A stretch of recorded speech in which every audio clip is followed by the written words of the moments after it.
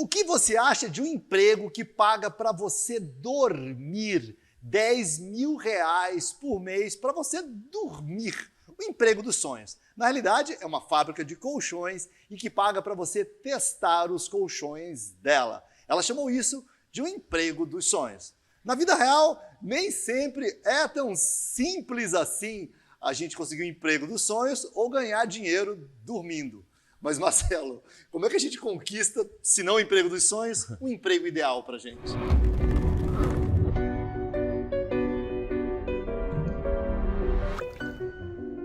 Poxa, interessante. Cara, eu acho que a primeira coisa, Alexandre, é a gente ter a clareza do que é um emprego ideal pra gente. A gente tem que ter uma autocrítica muito grande. Às vezes o emprego ideal para mim é ser o CEO de uma grande empresa, mas eu não posso, às vezes não tenho conhecimento, capacidade para isso. Mas não é só isso, cara. Às vezes a gente fica idealizando algo que não tem muito a ver com os nossos valores, com a nossa essência. E às vezes a gente busca algo porque é bem remunerado, o emprego dos sonhos, mas o sonho de quem? Né? Será que é o seu sonho? Será que é da geração do seu pai, da sua mãe, que às vezes vem com uma outra visão? Então, a primeira coisa é, o que é o emprego ideal para você? Definido isso, a gente tem que tentar, então, se adequar a essas realidades. Primeiro, sendo capaz de agregar valor naquela empresa. Então, tem gente que fala, nossa, eu já fiz 10 entrevistas e não passei nenhuma. Será que eu sou ruim em entrevistas? Não, às vezes você é ruim com incompetências. Às vezes você até foi bem na entrevista, mas falaram, pô, mas não preciso de alguém igual a você. Então é isso, se eu quero ser um profissional que trabalha determinado tipo de trabalho, porque aquilo tem a ver comigo, então eu tenho que me preparar, tenho que estudar, tenho que me qualificar. Aí é óbvio, vai ser mais fácil conseguir um trabalho, porque a sua competência, ela transcende até, às vezes, sua capacidade de se sair bem numa entrevista. Mas é claro, isso também é importante. Às vezes tem pérolas, né, que estão guardadas dentro da ostra e ninguém sabe. Então tem gente que tem talento, tem potencial e não consegue externalizar isso num processo seletivo. Então, para conseguir um emprego ideal, é legal também você estar prestando atenção como que você se sai em processos seletivos. Tem gente que é muito boa, mas não consegue externalizar. Então, às vezes, falta investir um pouco mais nessa comunicação. Mas, por outro lado, a gente também não pode ficar achando que a gente tem que decorar roteiros, por exemplo, para participar numa entrevista e ser aprovado. Porque, às vezes, você consegue um emprego, mas por um emprego que não é para você. E isso é pior. Isso é pior. Tem pessoas que fazem cursos de como responder às entrevistas, perguntas de entrevista, tal, e o cara meio que decora um roteiro e às vezes até consegue enganar o entrevistador. Não é comum, mas eles conseguem enganar. Mas quem que está perdendo com isso? Às vezes você está conseguindo um emprego que não é o seu fit, não é o seu número, não é para você, então você vai pagar o preço disso ao longo da sua vida.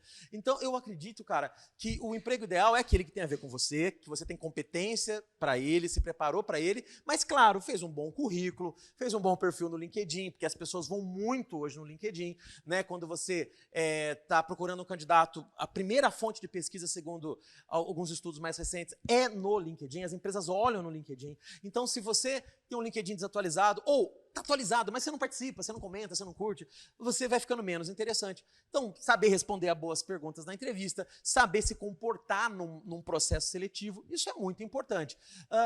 Mas eu reforço a ideia de que o emprego ideal é aquele que tem o seu fit, tem o seu número, tem os seus valores. E, às vezes, pode ser que seja o menos remunerado, mas é o que vai te deixar mais feliz, não é? Perfeito. E você falou do emprego que tem o fit ideal.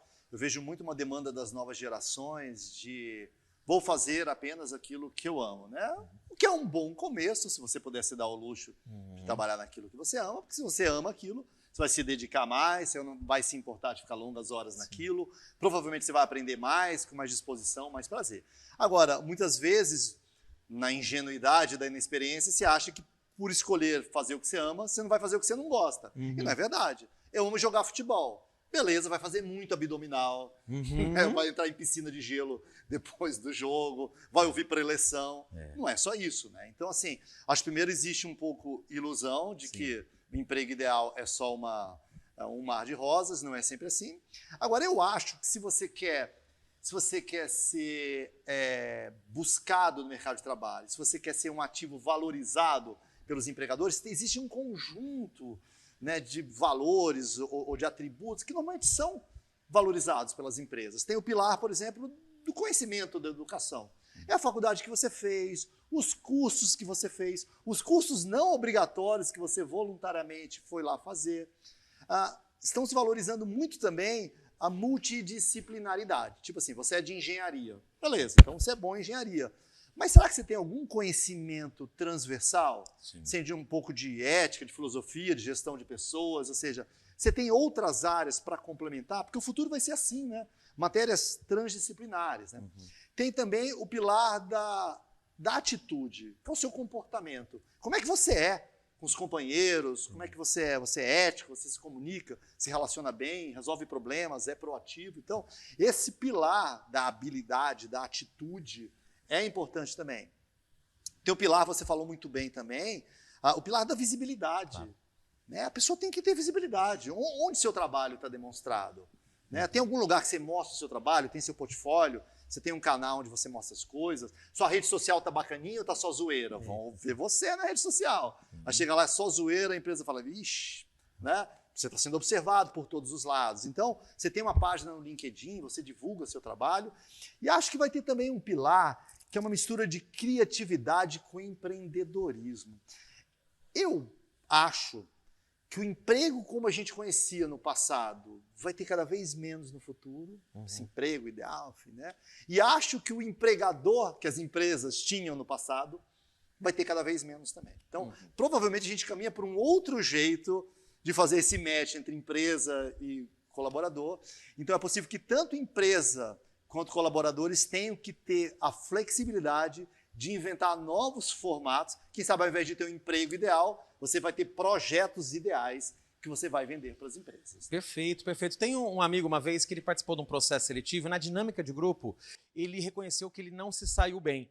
E ele veio meio que lamentar comigo e falou, poxa, Marcelo, eu acho que eu preciso aprender a trabalhar, a me expor melhor nas dinâmicas de grupo. Porque eu vi que os outros concorrentes lá, os candidatos, eles eram mais proativos, falavam mais, se comunicavam mais, enquanto que eu fui mais pacato, mais analítico, eu acho que não deu certo. E, de fato, para aquela vaga ele não foi chamado, recebeu um retorno dizendo que a vaga não era para ele. Ele ficou triste, mas eu lembro que eu virei para ele e falei assim, cara, para começar, não é que você tem que melhorar a maneira de você se comportar em dinâmicas de grupo. Primeiro, porque você não sabe o que a empresa está procurando necessariamente. Então, que papel que eu vou interpretar? Isso não é o ideal. Claro. Né? Então, o ideal é você seja você mesmo. Mas o curioso é que passou uma semana, ligaram para ele da empresa, falaram, olha, para aquela vaga você não foi escolhido, mas tem uma outra vaga que a gente quer você. E não fizeram nem processo seletivo. Por quê? Porque já tinha feito, já conheciam ele. É porque aquela vaga outra tinha muito mais a ver com um cara mais analítico, mais introspectivo. Uma vaga, se eu não me engano, numa área fiscal, financeira da empresa. Então, o que a gente tem que ter, a convicção é isso. Se sair bem no processo seletivo, começa de o que a empresa precisa. Qual que é a cultura da empresa? Como ela é? Será que eu me adequo a isso? E será que, de repente, você não foi escolhido? Não é porque você é ruim.